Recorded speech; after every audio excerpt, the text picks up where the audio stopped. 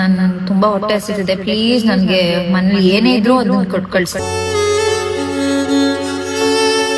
ನಮ್ಮಮ್ಮ ಬೇರೆ ಇಲ್ಲ, ನಾನು ಏನ್ ಮಾಡ್ತಿದ್ದೀನಿ, ತಿಂದಿದ್ದೀನೋ ತಿಂದಿಲ್ವೋ ಅಂತ ಕೇಳಕ್ಕೂ ಯಾರು ಇಲ್ಲ. ಅದ್ರ ಬೆಲೆ ಎಷ್ಟು ದುಪ್ಪಟ್ಟು ನನ್ ಜಾಸ್ತಿ ಆಗೋಯ್ತು ಇವತ್ತು.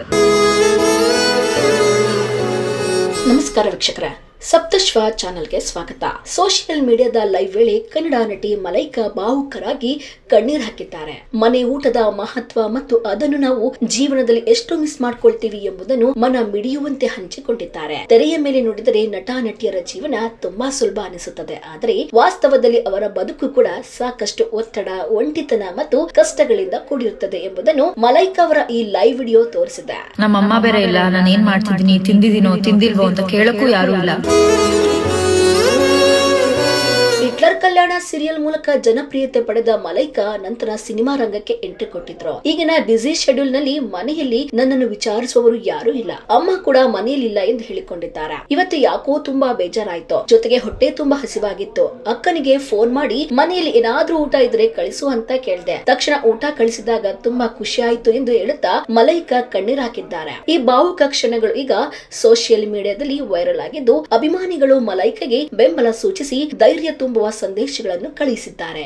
ಅದ್ರ ಬೆಲೆ ಎಷ್ಟು ದುಪ್ಪಟ್ಟು ನನ್ ಜಾಸ್ತಿ ಆಗೋಯ್ತು ಇವತ್ತು. ನಮ್ಮ ಅಕ್ಕಂಗೆ ಮೆಸೇಜ್ ಕಳಿಸ್ದೆ, ನನ್ ತುಂಬಾ ಹೊಟ್ಟೆ ಹಸಿತಿದೆ, ಪ್ಲೀಸ್ ನನಗೆ ಮನೇಲಿ ಏನೇ ಇದ್ರು ಅದನ್ನ ಕೊಟ್ಟು ಕಳಿಸ್ತೀಯ ಅಂತ. ಮೂಲಂಗಿ ಸಾರು, ಅನ್ನ, ಕಾಳು ಪಲ್ಯ, ಚಪಾತಿ ಕಳಿಸ್ಲು. ನನಗೆ ಸ್ವರ್ಗ ಸಿಕ್ಕಂಗಾಯ್ತು, ಅಷ್ಟು ಖುಷಿ ಆಗ್ತಾ ಇದೆ ನನಗೆ. ಹೇಗೆ ಹೇಳ್ಬೇಕು ಗೊತ್ತಾಗ್ತಿಲ್ಲ, ಯಾಕಂದ್ರೆ ಕೆಲ್ಸದ ಗಡಿಬಿಡಿಯಲ್ಲಿ ಊಟ ಮಾಡಲ್ಲ, ತಿಂಡಿ ಮಾಡಲ್ಲ. ನಮ್ಮಮ್ಮ ಬೇರೆ ಇಲ್ಲ, ನಾನು ಏನ್ ಮಾಡ್ತಿದ್ದೀನಿ, ತಿಂದಿದ್ದೀನೋ ತಿಂದಿಲ್ವೋ ಅಂತ ಕೇಳಕ್ಕೂ ಯಾರು ಇಲ್ಲ. ಅಂತ ಟೈಮಲ್ಲಿ she is always there with me. ಯಾಕೋ ಇವತ್ತು ಸಿಕ್ಕಾಪಟ್ಟೆ ಹೊಟ್ಟೆ ಹಸಿತಾಯ್ತು, ಸಿಕ್ಕಾಪಟ್ಟೆ ಬೇಜಾರಾಗ್ತಾ ಇತ್ತು. ಆ್ಯಂಡ್ ಅವಳಿಗೆ ಹೇಳಿದ ತಕ್ಷಣ ಅವಳು ಕೊಟ್ಟು ಕಳಿಸ್ಬಿಟ್ಲು. I am feeling so so so happy and hungry also. So ತುಂಬ ಖುಷಿ ಆಗ್ತಿದೆ. I love you for sending it. I don't know, ಊಟ ನೋಡಿದ ತಕ್ಷಣ ಲೈಕ್ ಅದ್ರ ಬೆಲೆ ಎಷ್ಟು ದುಪ್ಪಟ್ಟು ನಂಗೆ ಜಾಸ್ತಿ ಆಗೋಯ್ತು ಇವತ್ತು.